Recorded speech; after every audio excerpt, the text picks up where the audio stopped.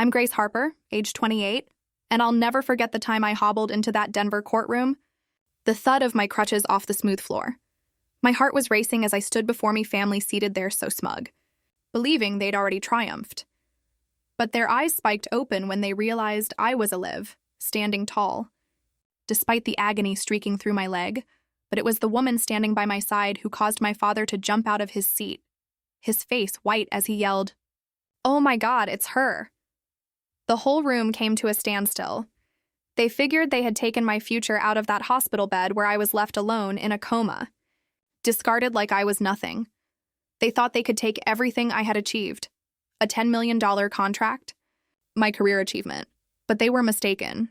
If it were you, would you get them back or offer them an opportunity to set things straight? Comment below and let's argue. It all began months prior to that courtroom battle. I had just left a shiny Denver office tower, my hands shaking as I held the signed contract. My AI algorithm, which represented a medical diagnostic breakthrough, had secured a deal with a large healthcare corporation. Years of late nights and endless code, consistently overcoming self-doubt, had been rewarded.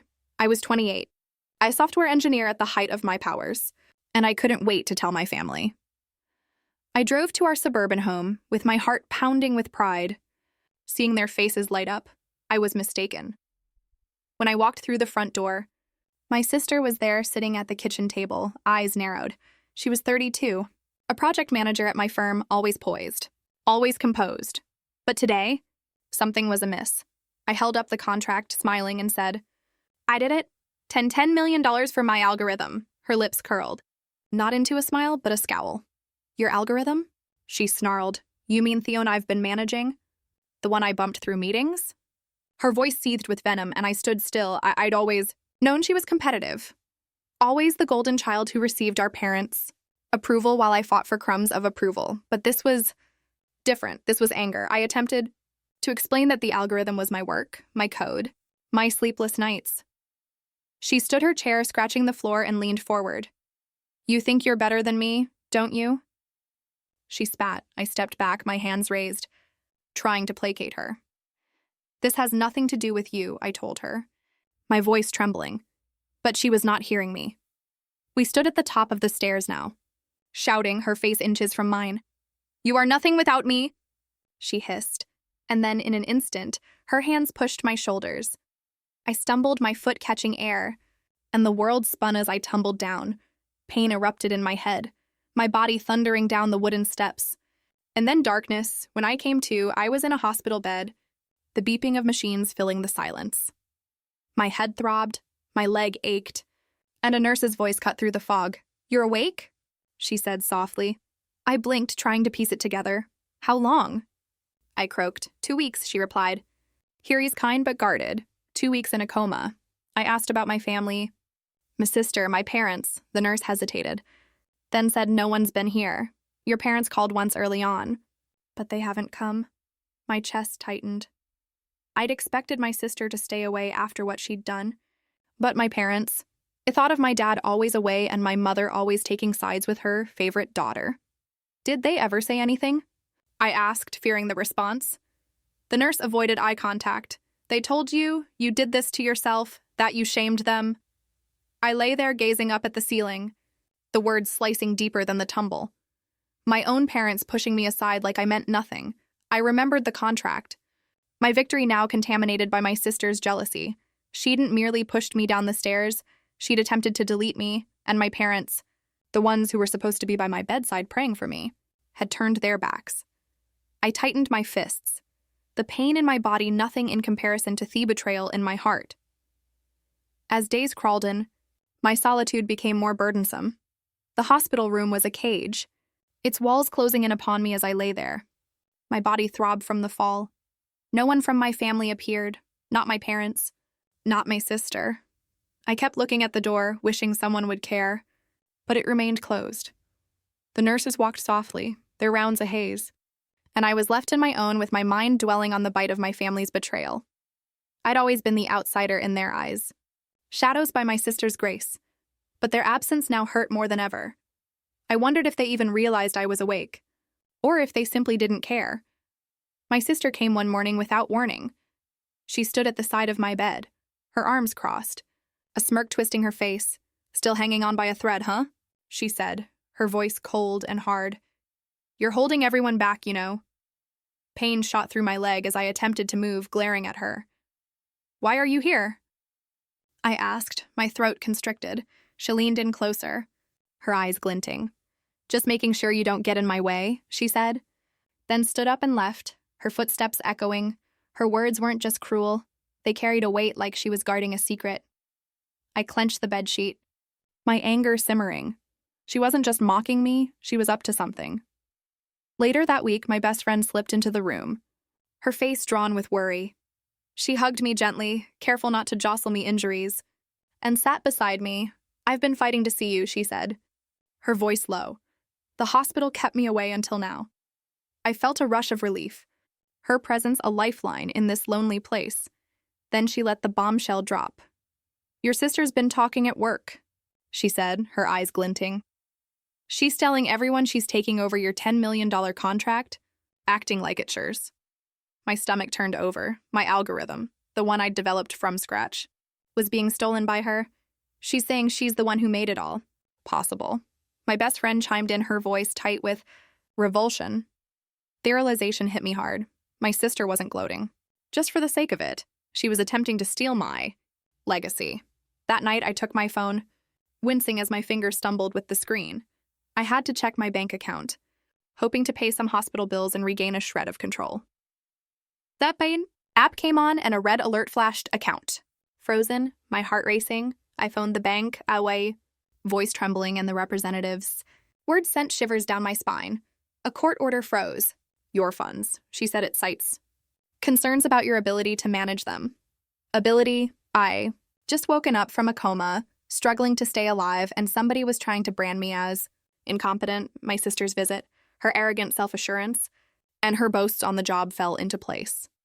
Everything was beginning to fall into place. This wasn't just abandonment. A week later, a stranger appeared in my hospital room. He told me he was my lawyer, a man in his 30s with keen eyes and a soothing voice. He held a fat folder, his face serious as he sat down beside my bed. "I'm here regarding your contract," he said, pushing a stack of papers down the bed toward him. My heart pounded as I read the documents. They were legal forms, stampede and official, declaring me incapacitated, unable to manage my own affairs. My signature was scrolled at the bottom, but I'd never signed these. "These were filed to transfer your $10 million deal," he said, his tone steady but grim. "Someone's trying to take everything." I gripped the papers, my mind spinning, my sister's smirk from her hospital visit flashed in my head. This had her name all over it. I asked my lawyer how he'd found me. He explained that a colleague at my company, worried about my absence, had hired him to investigate. "The court order freezing your bank account was just the start," he said, flipping to another page. "These documents claim you're unfit to work based on your medical records." I stared at him, disbelief turning to dread. My medical records?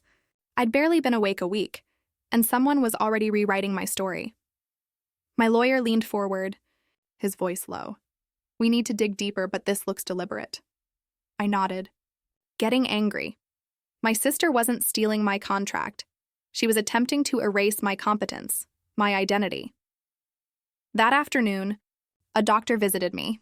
She was in her 40s, her face firm but kind, and she explained that she directed my care. "I discovered something disturbing," she said, tapping on my cart on a tablet. "Your medical records were changed after admission." My breath caught. She indicated entries with prolonged sedation and overstated neurological problems, none of which coincided with my recovery. "Someone included these to make it appear as if you'd never wake up," she said, her gaze locking into mine. "It's why the court order came through so quickly." I shivered. This wasn't about money. It was about keeping me out of the picture forever. As I rested in bed, the pieces began to fall into place. My sister had always been controlling since we were children. I recalled her at 6, grabbing my favorite doll and declaring it hers, smiling as our parents complimented her on being assertive. By 10, she'd learned diverting their attention from me, persuading them I was the issue whenever I spoke out. When we were teenagers, she'd manipulate each family choice from vacation destinations to who got the larger room. always positioning me as the selfish one. My parents never doubted her. They loved her confidence. Her charm. I'd worked years proving myself, developing my AI algorithm to prove I was greater than her shadow. But now she'd taken it to a new level, orchestrating a plan to strip me of everything I'd earned. I looked at my lawyer, then at the doctor, their faces steady with determination. They believed in me even when my own family didn't. The forged documents, the altered records, it was all my sister's doing with my parents, likely turning a blind eye as always. I thought of her boasts at work, her cruel words in the hospital. She thought she'd won, that I'd stay broken. But she'd underestimated me. I returned the papers to my lawyer, my voice firm. "We're fighting this," I said. He nodded, a glint in his eyes. The doctor promised to put every discrepancy in my records. I wasn't just fighting for my contract. I was fighting for my life. Determined to fight back, I made a bold move, still weak but incensed by anger. I checked out of the hospital against advice and agreed to meet my sister at a quiet Denver cafe. I stuffed a tiny recorder in my pocket, my heart pounding as a limped through the door. She was already there sipping coffee, her posture relaxed but her eyes sharp. "You're up," she said, her tone mocking. "Didn't think you'd make it." I forced a smile, playing along, and asked about work. She leaned back, smirking. "The contract's moving forward," she said. "Someone had to step up since you're indisposed." I pressed her, keeping my voice casual. "You mean my contract?" Her laugh was cold. "It's mine now. You weren't going to do it from a hospital bed." I ground my teeth, the recorder picking up every word. She only just confessed her scheme, to steal my $10 million contract. In my temporary flat, I spoke with a private investigator my lawyer had suggested. She was a woman in her late 30s, businesslike and no-nonsense with a talent for ferreting out secrets. "I've been investigating your sister's accounts," she stated, covering bank statements on the table. I caught my breath as she indicated a string of payments, huge amounts transferred to a coworker at my company. "This individual," she explained, tapping a name, "took in $10,000 from your sister's account." I knew the name, a coworker who'd always been too desperate to please her. "He's been signing company documents in fake names," she continued, "making it appear as though your sister was the primary on your algorithm." My blood raged. She wasn't merely taking credit, she was paying to alter history. Later that afternoon, my best friend called. Her voice panicked. "I discovered something you need to see," she told me, sending on a string of internal company messages. I opened them, my eyes scanning the screen. In one, my sister had written to our boss, "With Grace away. I'm filling in for her. The contract's in good hands." Another email boasted about her vision for the algorithm as if I'd never existed. My hands trembled as I read her words, each one a betrayal. Cynthia's voice cut through my reverie. "She's been scheming this for weeks," she said. "Everyone at work believes she's the hero." I thanked her, my determination firming. These emails were evidence that my sister was attempting to wipe me out of my own achievement, committed to leaving no stone unturned. I phoned the hospital's administrative office. I had been tormented by the doctor's caution about my manipulated medical records, and I wanted to know what was going on. The administrator, a curt woman, verified my suspicions after retrieving my file. "There's proof of unauthorized alterations," she said tightly. "Entries were made to inflate your condition, intimating you'd be incapacitated for months." I inquired as to who'd access to my records. She hesitated, then confessed. "Only a select few staff members, but we're looking into an outside request that was made through a legal channel." My thoughts ran to my sister's connections, her manipulation. This wasn't merely regarding the contract, it was about holding me back, trapped in a fabrication of weakness. With evidence in hand, I geared up for a battle. I sat across from my lawyer in his Denver office, crowded with law books and case files. "We're constructing a solid case," he said, his voice firm. "We'll sue in Denver court for fraud and conspiracy to defraud you of your contract." I knotted my fingers along the border of the table, but my chest constricted. Going to court meant confronting my family, the ones who'd betrayed me without hesitation. Daniel leaned forward, his eyes piercing. "The recording is the key," he said.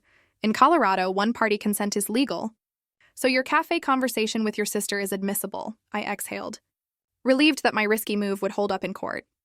He explained we'd present the recording alongside the emails my best friend had uncovered showing my sister's intent to steal my $10 million deal. We'll also call the doctor who reviewed your medical records, headed. Her testimony will prove the alterations were deliberate. I felt a surge of hope. But the weight of what lay ahead pressed against me. This wasn't merely about winning. It was about facing off against the family I'd trusted. Later that day, I saw a doctor in a hospital conference room. She sat across from me, her posture relaxed. But her look serious. I've made a detailed statement, she said, pushing a folder my way.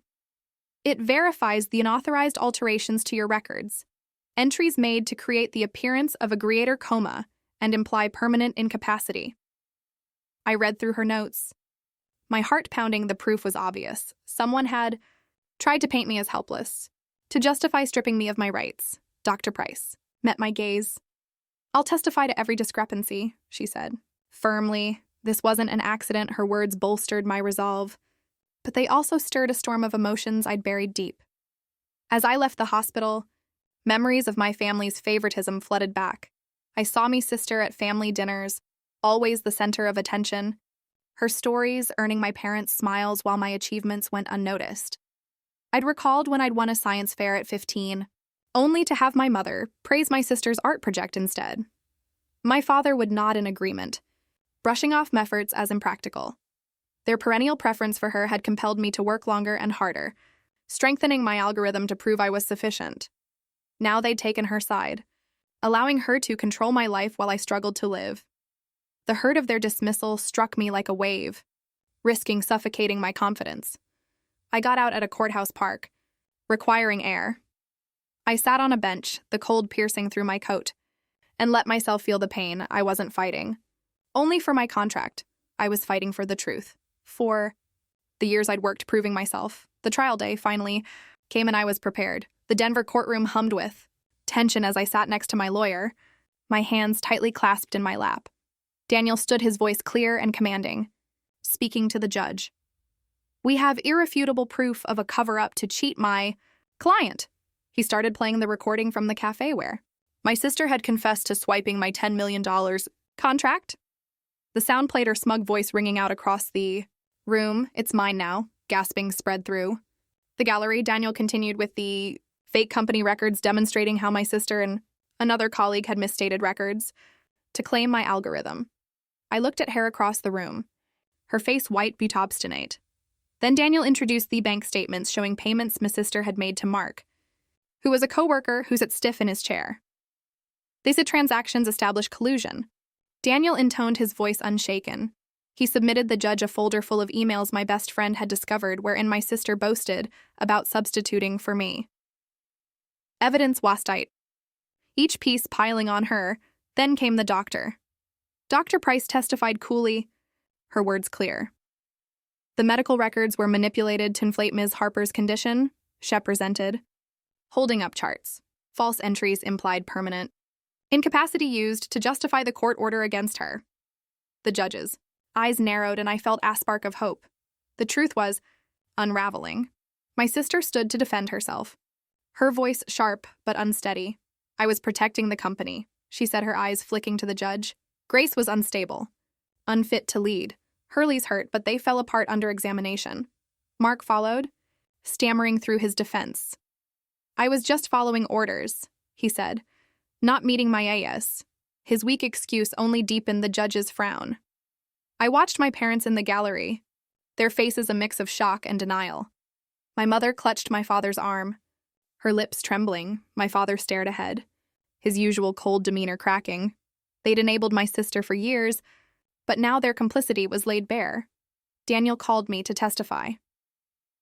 My heart pounded as I took the stand facing the room.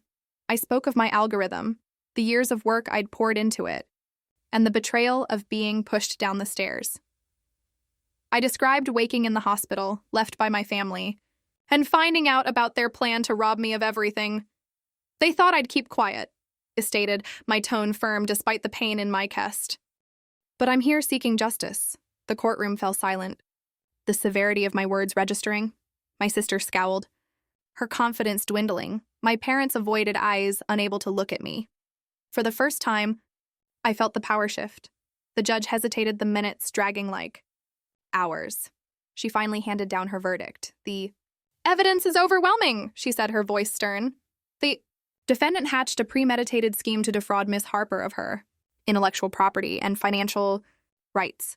She sentenced my sister to 4 years in prison for fraud and conspiracy. Mark got 2 years for his part in forging documents." Breathed relief washing over me, but the judge wasn't finished. "As for the parents," she went on, "their part in enabling this scheme deserves a civil lawsuit for damages." My mother gasped, burying her face in her hands. My father's shoulders slouched, his power broken. As the gavel came down, I felt the weight lighten. The courtroom cleared out. But I remained observing my family depart in shame. My sister's defiant facade had shattered her eyes hollow. Mark shuffled out, lowering his head. My parents, so flippant before, now bore the brunt of their partiality. I'd battled for my truth, and I'd prevailed. The contract was in my hands again, my name on the line. But more than that, I'd reclaimed my power. I left the courthouse, the Denver sky a brilliant above me, waiting to rebuild my life. With justice fulfilled, I started anew. I stood in my new apartment, a small but warm room with windows facing the city skyline. The walls were empty, but they were full of promise, a new beginning, untainted by the shadows of my family's betrayal. I'd severed all connections. No more calls, no more visits, no more pining for their approval. My sister, my parents, they were all a part of a previous life I no longer required. The choice had been one of liberation, and its freedom tasted like breathing. After years of not having air, the serving of legal penalties had been harsh. My sister was doing 4 years in prison, her drive condensed into a cell. The judge sentenced her to pay me $200,000 restitution for the destruction she'd inflicted. Mark, a coworker who'd been used as her pawn, did 2 years in jail and was fined $20,000 for his involvement in forgery. My parents, in silence, were struck with a civil judgment to pay $75,000 in damages. Their reputation in our community deteriorated, their proud standing diminished by their own decisions. It didn't. Revel. I took no pleasure in their collapse, but I was relieved knowing they could no longer harm me, wanted to do more than restore my own life. The agony of betrayal, of abandonment to lie alone in a hospital bed, had revealed to me how many others could struggle the same way. I made a bold move, investing $500,000 of my contract pay into a Denver foundation for victims of domestic abuse within the family. The fund would offer legal services, therapy, and safe shelter for those fleeing poisonous families. The opening reception, I addressed a small gathering, my voice firm. "No one should ever feel alone in their struggle," I said, the words infusing my own wounds. The foundation, my means of transforming pain into purpose, so others could have the help I'd never had. As I settled into my new house, I looked back on the journey. My family had attempted to erase me, my sister with her tricks, my parents with their apathy, but their actions only made me stronger. I'd battled through a coma, revealed their lies, and confronted them in court. Every step had been a struggle, from recording my sister's admission to showing evidence with my attorney. I'd found that justice wasn't all about winning, it was about standing up. Even when the odds were seemingly impossible, my algorithm, my pride was back in my control, and I was already thinking about its next stage, determined to make it bigger than ever. The greatest lesson wasn't revenge or victory, it was self-sufficiency. For years, I'd looked to my family's approval, pursuing their love through accolades they dismissed. But in that hospital bed, abandoned and betrayed, I discovered something greater, my own strength. It didn't require their sanction to realize my worth. Chiantry had supported me through the agony, the deception, and the courtroom. It had shown me that nobody could steal my future unless I allowed them. As I gazed out over Denver, city lights glittering below, I knew I was enough. I was prepared to create a life on my own terms, one in which nobody could hold me back.